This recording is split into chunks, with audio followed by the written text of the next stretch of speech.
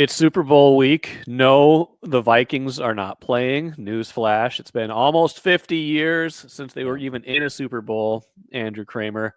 But I still want to talk Vikings because a lot of people will be talking NFL this week. It's inevitable. Free agency is still more than a month away, but people will talk, Andrew. People will talk this week, will they not? They will. They'll get paid to talk. They'll talk for free. They'll hawk different sponsorships, and you'll see players you haven't heard from in 10 years selling Gillette razors or something like that. So it's a Yes, fun week down at Super Bowl Media Row in New Orleans. But no, the Vikings for the 40 whatever straight year will not be down there. they will not.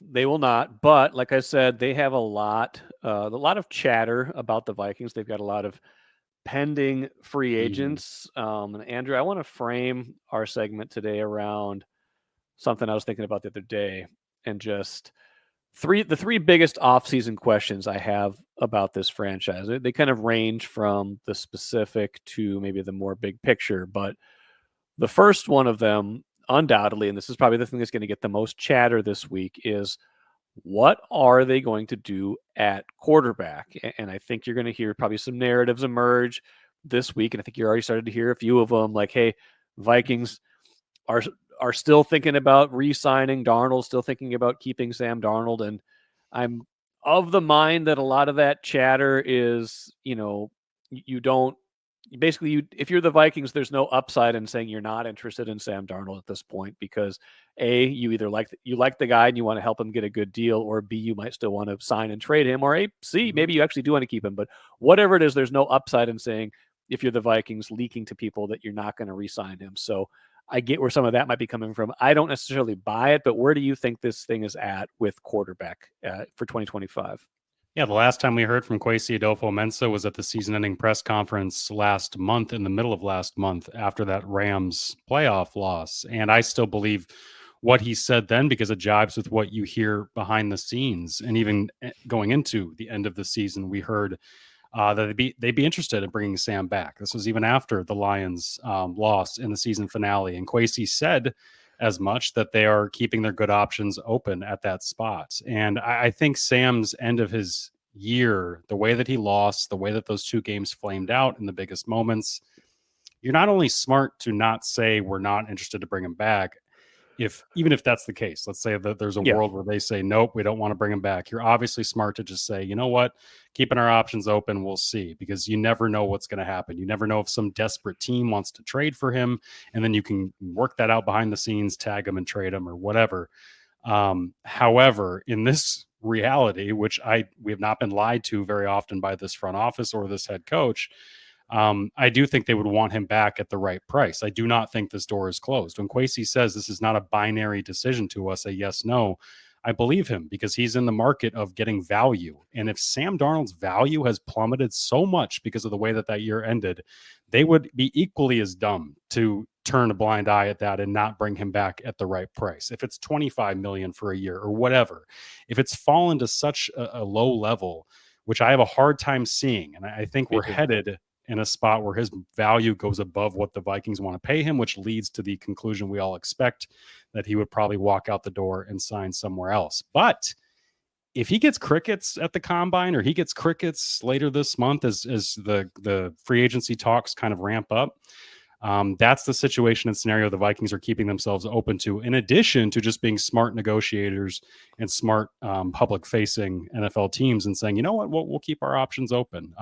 I do believe if you had to peg a single guy on this team that they're going to move forward with, it's obviously most likely going to be JJ McCarthy. It's just a question of who is the guy with him. Is it going to be Sam at that cheap rate? I do not believe they're going to pay him a 3-4 year Sam Darnold a mega deal Yeah. to stay in Minnesota. I think that's the thing that's off the table at this point.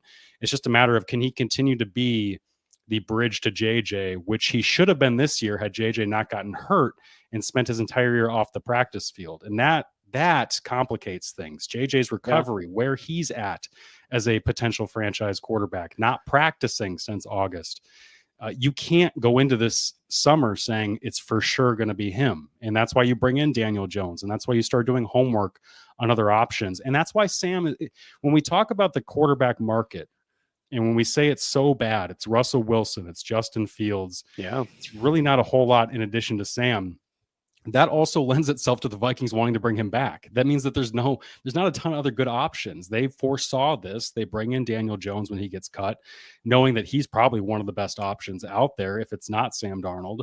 And so they're working on that. And I do think Sam is among those options, even though I think a lot of us see that he might not be. He might kind of price himself out of here. And I think that's the big point to take away is that there's not a lot of great quarterbacks on the free agent market. Not like there usually are, right? Like it's kind of rare when a great quarterback makes it to the market when there's a bidding war like there was for Kirk Cousins in 2018, and we, stocking him at the Shake Shack on Super Bowl row when the Super Bowl is here. Yep. All the media was out at the Mall of America. It was just still a very bizarre whole scene that was out there, but it was fun. It was fun to be a part of that. But I still look at it and I still just wonder, how his market can't fall that far because there's not much else out there. Someone's like at the bare minimum, someone is going to pay him something that gives him multiple years of guaranteed money. I just have to think that. And that's got to be like the basic, that feels like that's the baseline non-starter for the Vikings. Like they can't go 2 more years because then you've basically almost eradicated the entire JJ McCarthy cheap quarterback window. Like someone is going to give Sam Darnold, and justifiably so, he had a really good year. Someone's going to give him at least 2 years of guaranteed money.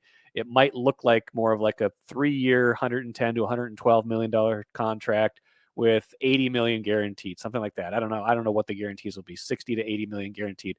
That's more than the Vikings should do, given that they have the number 10 pick from last year on their roster. Yeah, that's about 33, 35 million a year, whatever it might end up being. And that's the Geno Smith, Baker Mayfield kind of range we've talked about with him. And you'd mentioned on the Access Vikings podcast last week about how this is Sam Darnold's time to strike while the iron's hot. Time to shine. It's his time to shine. Every time I'm at the brief aside, every time I'm at the holiday drive through car wash, their slogan is "Time to Shine," and I always think of Ed Donatel. Anyway, go on. Sponsored by Ed Donatel. Sponsored by Ed Donatel and holiday stations. But every time we talk about Sam Darnold and the kind of situation with him moving forward here in that range of $33-35 million, that, and you mentioned that this is kind of his time to strike. Yeah, that's a great point because he can look around and see, and that's something we have to keep in mind. He can look around and see that he is the top dog on the free agent market. And if he'd rather take finally get his, what would the signing bonus be, 50 million or whatever it might be on a 3-year deal, 40 million. He might take that over 25 million to come back and run it back in Minnesota. As much as he liked the coaching, as much as he liked the teammates and his ability to do well, he might want to just say, you know what, I'm gonna take the money and run at this point and see if I can carry my talents to somewhere else and bet on himself, because I do think he is confident enough in himself. I don't think, certainly this is not a guy who lacks for confidence. You don't go through the Jets eras, the Panthers era. You don't come out the other side as somebody who lacks in confidence. So he's somebody who I could see betting on himself. And that would actually mean taking the bigger deal as opposed to coming back to the place in Minnesota with the receivers and saying, I'll just go back to where I've been successful. Yeah, and he's never cashed in either. Like he's made plenty of money. He's made money to change his life, but he's never had a big contract. He's either had the rookie contract or some of those bridge contracts. He's never had the kind of big free agent contract, and this is the ideal scenario. He's coming off as good of a season as he's ever had and might ever have. He is in a market where there's no other great quarterbacks out there, and it's not a great quarterback draft either. So I do feel like it is, as we say, his time to shine and maybe his time to strike big. That's another good point. I didn't think about the draft too. Yeah, I mean, we never know. We really don't. And teams admittedly never know, but there was so much buzz about last year's quarterback class. And there was a reason why 6 guys went in the top 11 or 12 or whatever it was because those teams knew this year was not going to be great. That was the year to strike. The Falcons take Penix at 8, knowing if we're at this point next year, we're not going to have the guy this good available to us. So we might as well take him. That impacts all this as well. And I do think the signs point, towards Sam's value being to a place that the Vikings would be smart to probably not jump into in terms of 30 plus million for Sam, even if it is just for 1 year, because you've cleaned the books. You've gotten finally to the place where you don't have Kirk's dead money on your books. You don't have the old contracts of the old regime weighing you down. This is your time where you finally have salary cap space. You might not want to use so much of it on just that one guy.